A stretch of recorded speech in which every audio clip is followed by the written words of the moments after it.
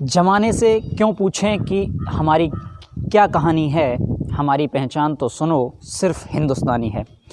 हर एक दिल में हिंदुस्तान है, राष्ट्र के लिए मान और सम्मान है। भारत माँ के बेटे बेटियां हैं हम, इस मिट्टी पर हम सबको अभिमान है। राष्ट्रीय पर्व के तौर पर धूमधाम से मनाए जाने वाले पावन और पुनीत लोकतांत्रिक उत्सव पर सभी देशवासियों को गणतंत्र दिवस की हार्दिक शुभकामनाएं और बधाई। भारत विविधताओं और कई संस्कृतियों का देश है। धर्म, जाति और भौगोलिक आधार पर सभी की अपनी अपनी मान्यताएं और अपने अपने पर्व हैं, लेकिन आज का दिन जाति पाति से ऊपर सब भारतीयों का दिन है। देश का हर नागरिक, चाहे वो महिला हो या पुरुष, पंजाबी हो या तमिल, गरीब हो या अमीर, पूरी दुनिया में सबकी पहचान भारतीय होने की है। ऐसे में गणतंत्र दिवस का पर्व हर किसी के लिए गर्व का दिन है, लेकिन कोविड-19 की गाइडलाइन की वजह से गणतंत्र दिवस परेड के दौरान सिर्फ 24,000 लोगों को एंट्री मिल पाई, जबकि पिछले साल करीब 1.25 लाख लोगों को परेड के दौरान एंट्री मिली थी।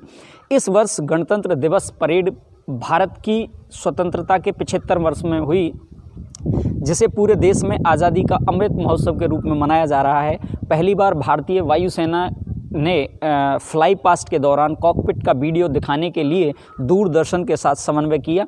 Rafale, Sukhoi, Jaguar, MI-17, Sarang, Apache और डकोटा जैसे पुराने और वर्तमान आधुनिक विमान फ्लाई पास्ट में राहत, मेघना, एकलव्य, त्रिशूल, तिरंगा, विजय और अमृत सही विभिन्न इन्फॉर्मेशंस का प्रदर्शन किया गया।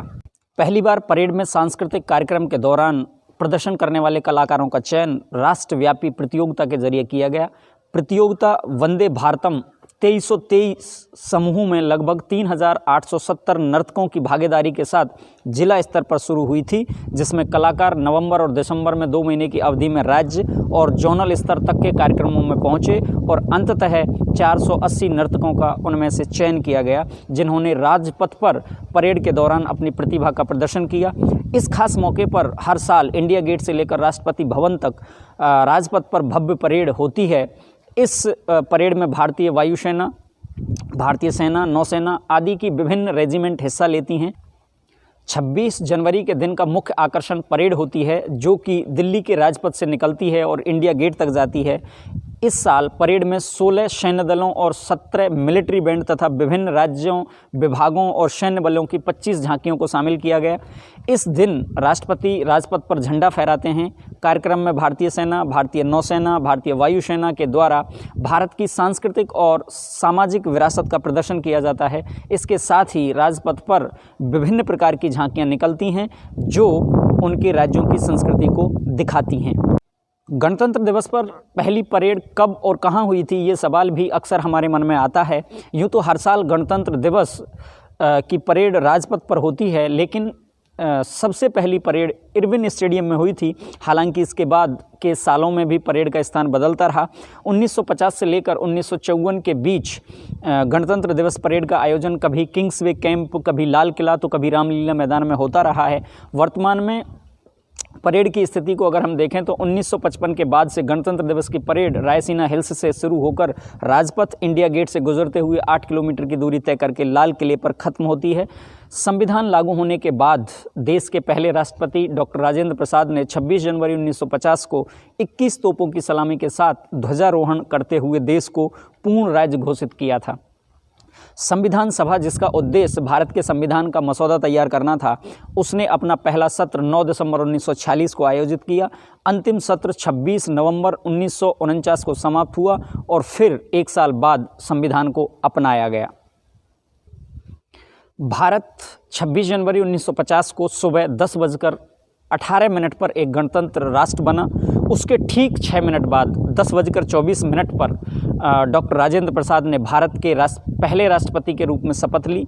इसी दिन पहली बार डॉक्टर राजेंद्र प्रसाद राष्ट्रपति के रूप में बग्गी पर बैठकर राष्ट्रपति भवन से बाहर निकले थे, जहां उन्होंने पहली बार सेना की सलामी ली थी और पहली बार उन्हें गार्ड ऑफ ऑनर दिया गया था। इस दिन हम भारतवासी तिरंगा फहराने, राष्ट्रगान करने के साथ साथ कई कार्यक्रमों का या तो आयोजन करते हैं या हिस्सा बनते हैं उनका। संविधान की बात अगर करें तो भारतीय संविधान विश्व का सबसे बड़ा संविधान है। इसके निर्माण में 2 साल 11 महीने और 18 दिन का वक्त लगा।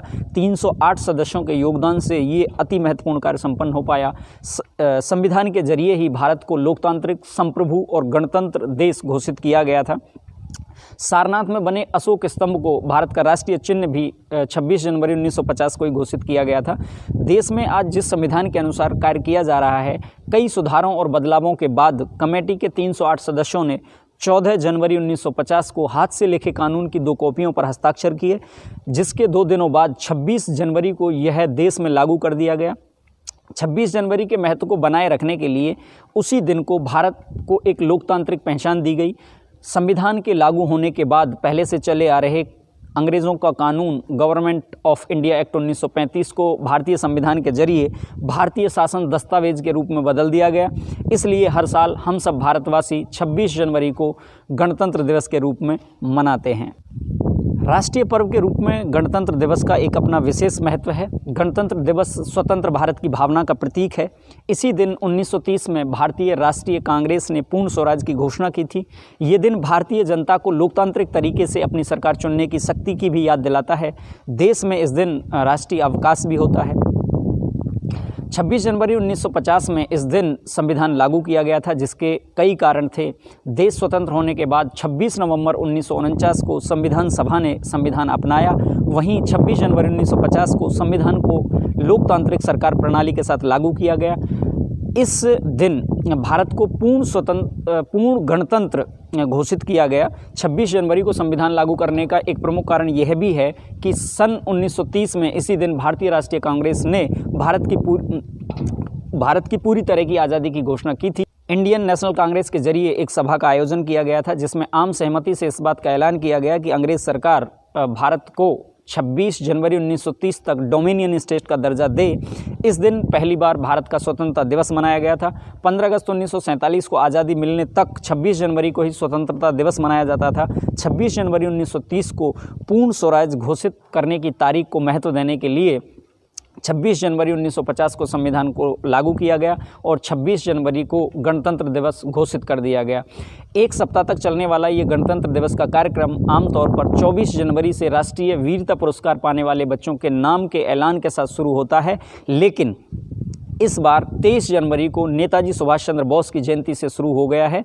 वहीं 25 जनवरी की शाम राष्ट्रपति देश के नाम संबोधन देते हैं। 26 जनवरी को गणतंत्र दिवस का मुख्य कार्यक्रम आयोजित किया जाता है। इस दौरान राजपथ पर परेड निकाली जाती है। 27 जनवरी को प्रधानमंत्री परेड में शामिल हुए एनसीसी कैडेट के साथ मुलाकात करते हैं। वहीं 29 जनवरी को रायसीना हिल्स पर बीटिंग द रिट्रीट कार्यक्रम का आयोजन किया जाता है। इस दौरान तीनों सेनाओं के बैंड शानदार धुन के साथ मार्च पास्ट करते हैं। इसी के साथ गणतंत्र दिवस का कार्यक्रम समाप्त हो जाता है। भारतीय लोकतंत्र के महापर्व 73वें गणतंत्र दिवस पर समस्त देशवासियों को हार्दिक शुभकामनाएं। आइए हम सब देश की एकता, अखंडता और संप्रभुता को बनाए रखने के लिए तथा हमारे संविधान में निहित लोकतांत्रिक परंपराओं और संवैधानिक मूल्यों की रक्षा करते हुए राष्ट्र की प्रगति में अपनी भागीदारी सुनिश्चित करें। झुककर करो उनको सलाम जिनके हिस्से में आया ये मुकाम, खुश नसीब हैं वो लोग जिनका खून आया देश के काम। अंत तक वीडियो देखने के लिए आपका बहुत बहुत धन्यवाद। मैं सिकंदर गुर्जर अब आपसे लेता हूँ विदा। मिलूँगा एक नई वीडियो में एक नए कंटेंट के साथ। तब तक व्यस्त रहिए, मस्त रहिए, स्वस्थ रहिए। जय हिंद, जय भारत, वंदे मातरम।